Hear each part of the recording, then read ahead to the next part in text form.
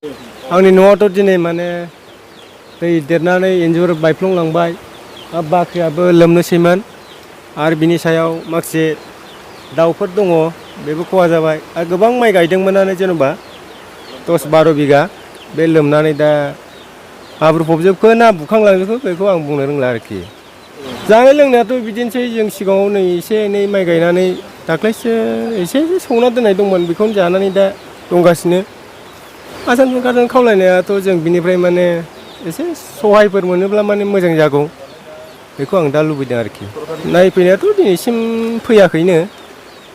उनफ्राव खबरफोर मोनबा फैगोन नामा दा बेखौ आं बुंनो हाया आरोखि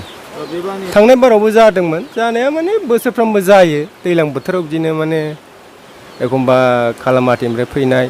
हाजोनि दै आरोखि बियो दा बिदि जाबानो माने जोंनाव बिराद उसुबिदा जायो आरोखि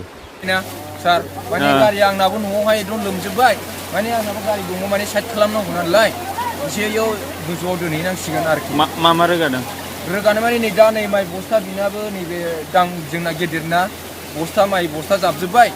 दा बोखांनानै दा साइड खालामनांगौ जाबाय माने आंनाबोथ' न'आ लोमजोब्बाय नालाय जायखि साइड खालामनो आंबो गारि दङ आंनाबो गारिखौ साइड खालामनो एसे नाजादों आरो आंनाबो दा माइ बस्था थिखोनांबाय ट्रेक्टराव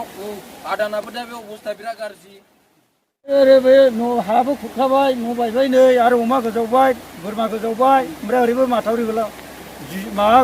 थांबावबाय माथावरि बायबावबाय माइबो गोजाव खुरजोब्बाय माइ गायनाया ओमफ्राय माबा माबि नै दाउ माइ ट्रेक्टरजों लांनांबाय आरो दंबावोसो गासिबो दासो सराया माब्लानिफ्राय देरनाय दैया दाख्लै माबानि र' मैया सानसेया एसे सेमदों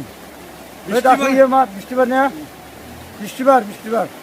बबेनिफ्राय फैनाय बे दैया बे दैया एकदम खालामाथिनिफ्राय फैयो बे 2 नं उत्तरबुलि दलगाव गामियाव गोलैफैबाय जोंनि गामिया बिस्थिबारनिफ्राय दिनैसिम लोमनानै दङ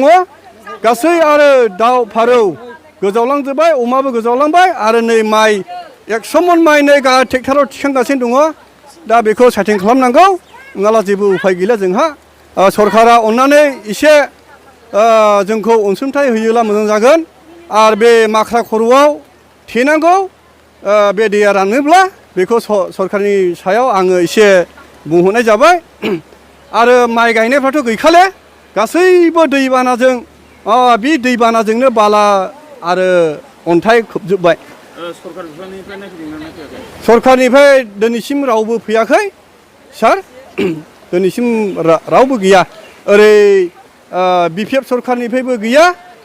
जोबोद बे दलगाव 2 नं उत्तरबुलि ब्रेकेट दलगावा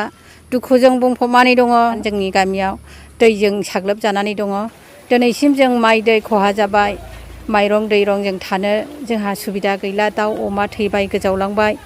जोङो दासिमबो जोंनि थाखाय रेसन गरसेबो फैयाखै जों मा जानानै थाबावनो जोंहा न' बाङाव ओंखाम संजानो दिनैसिम जोंहा राहा गैला दैफ्रानो जोंना जानजिफा हान्थुफा जानानै दं बिनि थाखायनो जोङो दिनै नैबे सरकारनि एलपि स्कुलावनो जोङो रिलिफ थानांगौ जानानै फैबाय जोङो आसा खालामदोंमोन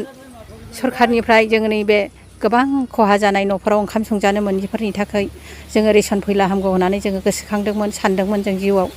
अननाय मोनगोन नामा मोजोमसे होननानै जों आसा खालामदोंमोन नाथाय दिनैसिम गैया दुखुनांथाव जोंनि गोबां गायनाय फुनायफ्राबो सोरबाबा खोथिया गोजावलांबाय सोरबा गायनाय फुनायफ्राबो खहा जालांबाय दिनै जों मा जानानै थाबावनो बिनि गेजेरावबो जोंनि गेजेराव दा जोंनि फिसिनाय जुनादफ्राबो जोंहा गोजावलांजोब्बाय थैजोब्बाय जों माब्रै थांनानै थाबावनो बिनि थाखायनो जोङो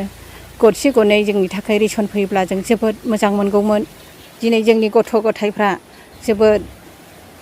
माख्रानि दै फैनायजों थान्दाया बारा दा नैबे सान्दुं आंखाल दंब्लाबो जोंहा गोबां लोमजानाय साजानायफोरनि थाखाय जोङो साननांगौ लोगोआ फैबाय बिनिखायनो जोङो मा राहायै थानांगौ जोंहा दा बेबायदिनो दुखुआव गोलैनानै दङ